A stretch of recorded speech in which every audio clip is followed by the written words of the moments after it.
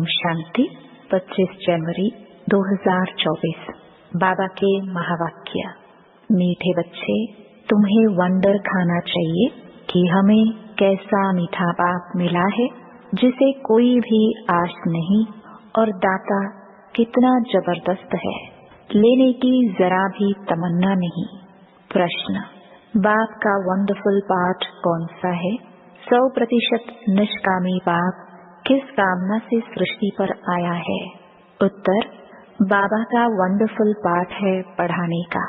वह सर्विस के लिए ही आते हैं, पालना करते हैं, पुचकार देकर कहते हैं मीठे बच्चे यह करो, ज्ञान सुनाते हैं, लेते कुछ नहीं। 100% निष्कामी बाप की कामना हुई है मैं अपने बच्चों को जाकर रास्ता बताऊं, सृष्टि के आदि मध्य अंत का समाचार सुनाऊं, बच्चे गुणवान बने। बाप की यही कामना है। ओम शांति। मीठे मीठे रूहानी बच्चों को रूहानी बाप ऐसा मिला हुआ है जो कुछ लेता नहीं, कुछ खाता नहीं, कुछ पीता नहीं, तो उनको कोई आश व उम्मीद नहीं है। और मनुष्यों को कोई ना कोई आश जरूर होती है। धनवान बने, फलाना बने, इनको कोई आश नहीं। वह अभोक्ता है। तुमने सुना था एक साधु कहता है मैं कुछ खाता पीता नहीं। यह तो जैसे कॉपी करते हैं। सारे विश्व में एक ही बाप है जो कुछ लेता करता नहीं। तो बच्चों को ख्याल करना चाहिए कि हम किसके बच्चे हैं, बाप कैसे आकर इनमें प्रवेश करते हैं। खुद की कोई तमन्ना नहीं, खुद तो गुप्त है। उनकी जीवन कहानी को तुम बच्चे ही जानते हो। तुम्हारे में भी थोड़े हैं जो पूरी रीति समझते हैं। दिल में आना चाहिए कि हमको ऐसा बाप मिला है जो न कुछ खाता, न पीता, न लेता, कुछ भी उनको दरकार नहीं। ऐसा तो कोई हो नहीं सकता। एक ही निराकार ऊंच पे ऊंच भगवान ही गाया हुआ है। उनको ही सब याद करते हैं। वह तुम्हारा बाप भी अभोक्ता, टीचर भी अभोक्ता, तो सतगुरु भी अभोक्ता। कुछ भी लेते नहीं, लेकर वह क्या करेंगे? यह भी वंडरफुल बाप है। अपने लिए जरा भी आश नहीं। ऐसा कोई मनुष्य होता नहीं। मनुष्य को तो खाना, कपड़ा आदि सब चाहिए। मुझे कुछ नहीं चाहिए। मुझे तो बुलाते हैं कि आकर पतितों को पावन बनाओ। मैं हूँ निराकार, मैं कुछ नहीं लेता। मुझे तो अपना आकार ही नहीं, मैं सिर्फ इसमें प्रवेश करता हूँ। बाकी खाती पीती इनकी आत्मा है, मेरी आत्मा को कुछ भी आश नहीं। हम सर्विस के लिए ही आते हैं। सोच करना होता है कैसा वंडरफुल खेल है। एक बाप सबका प्यारा है, उनको जरा भी आश नहीं। सिर्फ आकर पढ़ाते हैं, पालना करते हैं, पुचकार देते हैं मीठे बच्चे यह करो, ज्ञान सुनाते हैं, लेता कुछ भी नहीं। करन करावनहार बाप ही है। समझो कुछ शिव बाबा को दिया, वह क्या करेंगे? टोली लेकर खाएंगे? शिव बाबा को शरीर ही नहीं तो लेवे कैसे? और सर्विस देखो कितनी करते हैं। सबको अच्छी अच्छी मत देकर बुलबुल बनाते हैं। बच्चों को वंडर खाना चाहिए। बाप तो है ही दाता, दाता भी कितना जबरदस्त, और कोई तमन्ना नहीं। ब्रह्मा को भल फुरना है, इतने बच्चों की संभाल करनी है, खिलाना पिलाना है। पैसा जो भी आता है वह शिव बाबा के लिए ही आता है। हमने तो सब कुछ स्वाहा कर दिया। बाप की श्रीमत पर चल अपना सब कुछ सफल कर भविष्य बनाते हैं। बाप तो 100% निष्कामी है। सिर्फ यही फुरना है कि सबको जाकर रास्ता बताऊं, सृष्टि के आदि मध्य अंत का समाचार सुनाऊं। और तो कोई जानते नहीं, तुम बच्चे ही जानते हो। बाप टीचर के रूप में पढ़ाते हैं, फी आदि कुछ लेते नहीं। तुम शिव बाबा के नाम पर लेते हो, वहाँ रिटर्न में मिलता है। बाबा में यह तमन्ना है क्या कि हम नर से नारायण बने? बाप तो ड्रामानुसार पढ़ाते हैं। ऐसा नहीं कि उनको आश है कि हम ऊंच ते ऊंच तख्त नशीन बने।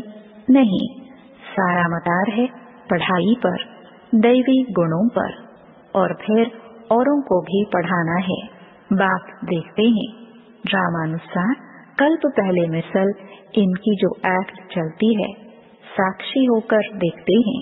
बच्चों को भी कहते हैं तुम साक्षी होकर देखो, अपने को भी देखो। हम पढ़ते हैं व नहीं, श्रीमत पर चलते हैं व नहीं, औरों को आप समान बनाने की हम सर्विस करते हैं व नहीं। बाप तो इनके मुख का लोन लेकर बोलते हैं। आत्मा तो चैतन्य है ना, मुर्दे में तो बोल ना सके, जरूर चैतन्य में ही आएंगे। तो बाप इतना निष्कामी है, कोई आश नहीं। लौकिक बात तो समझते हैं, बच्चे बड़े होंगे फिर मुझे खिलाएंगे, इनकी तो कोई तमन्ना नहीं। जानते हैं मेरा ड्रामा में पाठ ही ऐसा है, सिर्फ आकर पढ़ाता हूँ। यह भी नूंद है, मनुष्य ड्रामा को बिल्कुल नहीं जानते। तुम बच्चों को यह निश्चय है, बाप ही हमको पढ़ाते हैं। यह ब्रह्मा भी पढ़ते हैं, जरूर यह सबसे अच्छा पढ़ते होंगे। यह भी अच्छा मददगार है शिव बाबा का। हमारे पास तो कुछ धन है नहीं, बच्चे ही धन देते हैं और लेते हैं। 2 मुट्ठी देते हैं और भविष्य में लेते हैं। कोई के पास कुछ है नहीं तो कुछ देते नहीं। बाकी हाँ, अच्छा पढ़ते हैं तो भविष्य में अच्छा पद पाते हैं। यह भी बहुत थोड़े हैं जिनको याद रहता है कि हम नई दुनिया के लिए पढ़ रहे हैं। यह याद रहे तो भी मन मनाभव है, परंतु बहुत हैं जो दुनियावी बातों में समय बर्बाद करते हैं। बाबा क्या पढ़ाते हैं, कैसे पढ़ाते हैं, कितना ऊंच पद पाना है, यह सब कुछ भूल जाते हैं। आपस में ही लड़ते झगड़ते टाइम वेस्ट करते रहते हैं। जो बड़ा इम्तिहान पास करते हैं वह कभी अपना समय वेस्ट नहीं करते। अच्छी तरह पढ़ेंगे, श्रीमत पर चलेंगे। श्रीमत पर तो चलना पड़े ना। बाप कहते हैं तुम तो ना फरमान बरदार हो, श्रीमत देता हूँ, बाप को याद करो तो भूल जाते हो। यह तो कमजोरी कहेंगे। माया एकदम नाक से पकड़कर डस कर सिर पर बैठ जाती है। यह युद्ध का मैदान है ना। अच्छे अच्छे बच्चों पर माया जीत पा लेती है, फिर नाम किसका बदनाम होता है? शिव बाबा का। गायन भी है, गुरु का निंदक ठौर न पाए। ऐसे माया से हराने वाले फिर ठौर कैसे पाएंगे?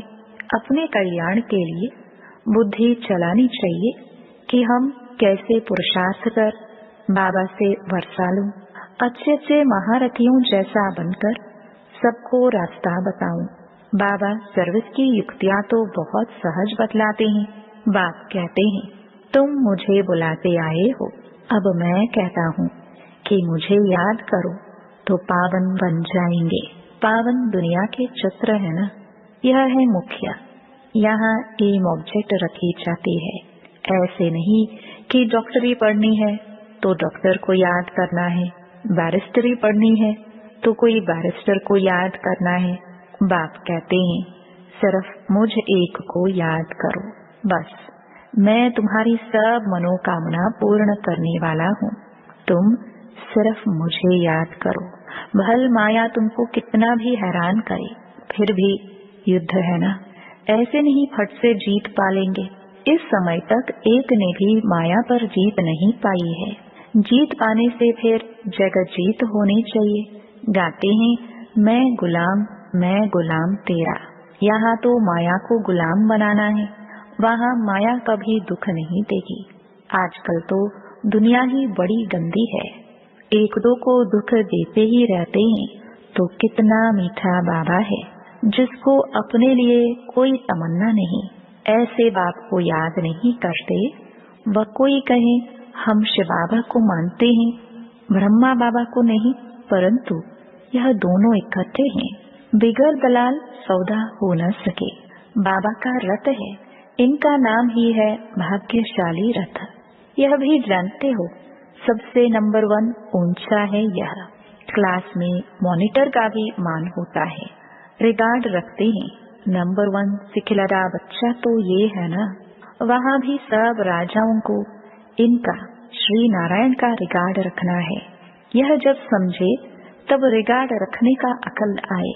यहाँ जब रिगार्ड रखना सीखो तब वहाँ भी रखो, नहीं तो बाकी मिलेगा क्या।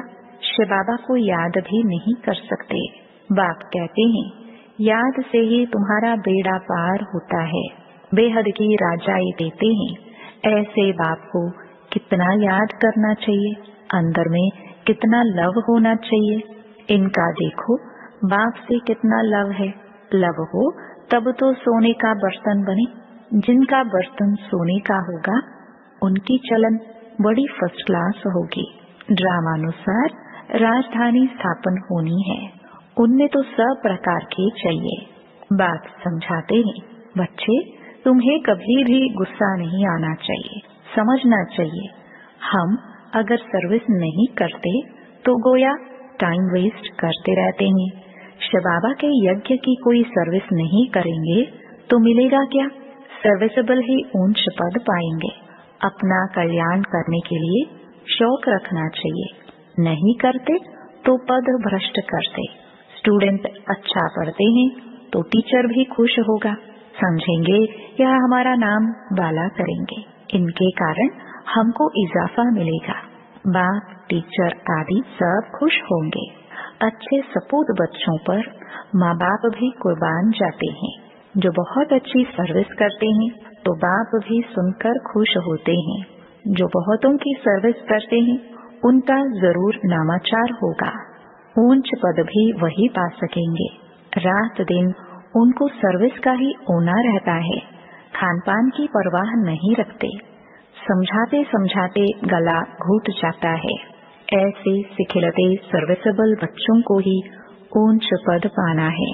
यह तो 21 जन्मों की बात है, सो भी कल्प कल्पांतर के लिए। जब रिजल्ट निकलेगी तब समझेंगे किसने सर्विस की, कितनों को रास्ता बताया। कैरेक्टर्स को भी सुधारना जरूरी है। महारथी, घोड़े सवार, प्यादे नाम तो है ना।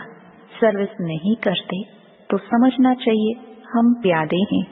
ऐसा कोई न समझे कि हमने धन से मदद की है इसलिए हमारा पद ऊंचा होगा। यह बिल्कुल भूल है। सारा मदार सर्विस और पढ़ाई पर है। बाप तो बहुत अच्छी रीति समझाते रहते हैं कि बच्चे पढ़कर ऊंच पद पाए, कल्प कल्प का अपने को घाटा ना डाले। बाबा देखते हैं यह अपने को घाटा डाल रहे हैं, इनको पता नहीं पड़ता, इसमें ये खुश हो जाते हैं कि हमने पैसे दिए हैं इसलिए माला के नजदीक आएंगे। परंतु भल पैसा दिया लेकिन नॉलेज नहीं धारण की, योग में नहीं रहे तो वह क्या काम के। अगर रहम नहीं करते तो बाकी बाप को क्या फॉलो करते हैं।